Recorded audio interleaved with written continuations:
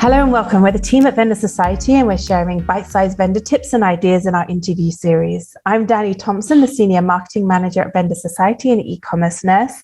And I'm here today with Carina McLeod, our founder and CEO. Today, we're just going to discuss expanding your business, specifically how do you sell internationally as a vendor, as we are in the UK, whereas we're a UK-based company, and as Carina was formerly an Amazon vendor manager for a number of European and British clients, she's well suited to answer a few questions on this topic. So hello, and thanks for joining us, Carina. Hi, Dani. Thanks for having me on today. So first up, this topic can obviously come with a lot of different challenges and costs. What are the first steps a vendor should take to see what market might be right for suitable expansion? First off, it's about market opportunity. So it's, of course, making sure that there is demand for that product within a specific marketplace. And so that requires an element of market research, and market research in a number of forms. Firstly, it's just going onto the Amazon website and just looking at some competitors that might already exist in your current marketplace or might be new competition, and just familiarizing yourself to understand how they're performing, what they're doing, and really to understand what the opportunity is there. Now, there's also third-party software that you can use to actually really understand what is the demand and what are the potential sales that could then be achieved within that marketplace. Tools such as OnGuru or Helium 10, they're tools that we use to really understand what are the estimated sales for some of the top sellers within specific categories.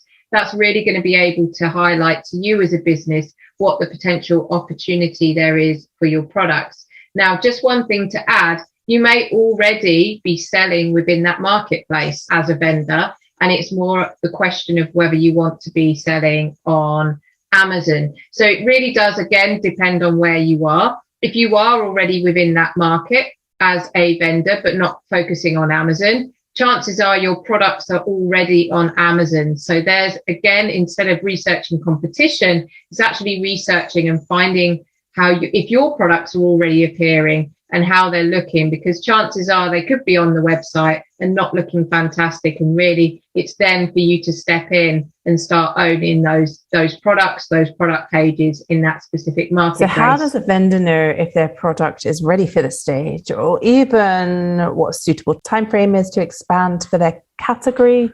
First off, everybody's quite eager to expand into another marketplace when they haven't necessarily done everything within their core marketplace. So I would always say, make sure you've done everything in your main marketplace before. And what that means is, making sure you've got all the bells and whistles on your product listings. You've got really strong momentum and results from your advertising campaigns. You've really got the flywheel turning. Your products are appearing high up in bestsellers rank. They're ranking really, really well for major keywords. Once you get to that point where you've maxed out your product and that opportunity within that current marketplace, then it's time to start looking into international expansion. We often talk about the ability to expand, especially with lots of our clients at eCommerce Nurse. But what about the US or other parts of the world as Amazon keeps opening up new marketplaces? Is the advice different? What would impact this for a vendor? A lot of it comes really down to compliance. That's something that is always important, that you as a business are making sure that you are compliant to sell in that country. So that can be anything. If you're selling supplements, making sure you've got the correct labeling. It might also be that you need to have labels in that specific language for that country. So it's really important that you look at the legislation and you really understand what is required to make sure your products are compliant for that marketplace. Now, that, of course, comes at a cost. So it's, again, then a question of how willing or how much money you have to invest to make that product compliant to be able to sell in that marketplace. One other thing also is there's certain products that are restricted in different countries. And so it's also being aware of what products are restricted for sale, perhaps not just in that actual country, but what are the products that are restricted for sale on Amazon. So it's important that you look at all those different variables. Are there any other things that brands should be considering when they're going into a new market? Yeah, definitely. So we talk a lot about brand ownership these days on Amazon with the launch and the amount of backing Amazon has with their new tool, or not so new now, brand registry.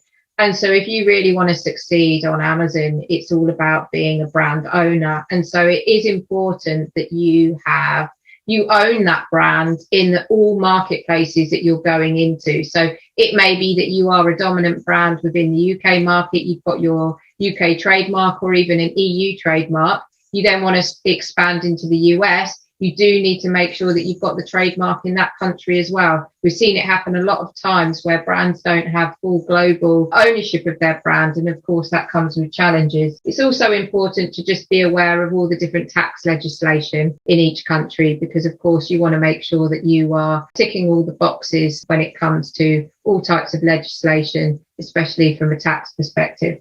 What's the one thing that vendors often overlook or forget to think about when it comes to international expansion?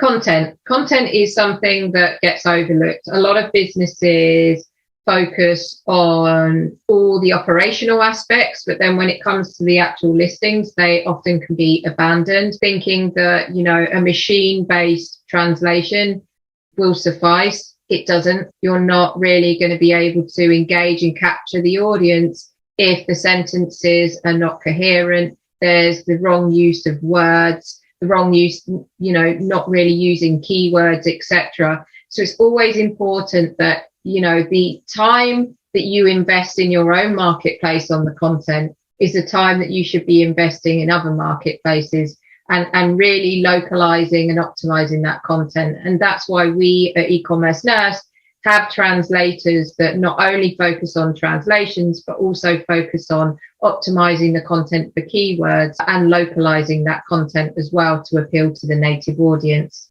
It's so important for search in localized countries, right? Otherwise, customers are just not going to find your product. Exactly.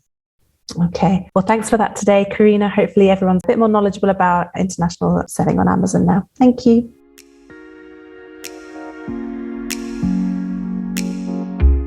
Thank you for listening to the Vendor Society interview series by eCommerce Nurse. We're a boutique agency specializing in account management, marketing and consulting for both vendors and sellers on Amazon. For more interviews, roundtables, blogs and information about all of our services, visit vendorsociety.com or ecommercenurse.com.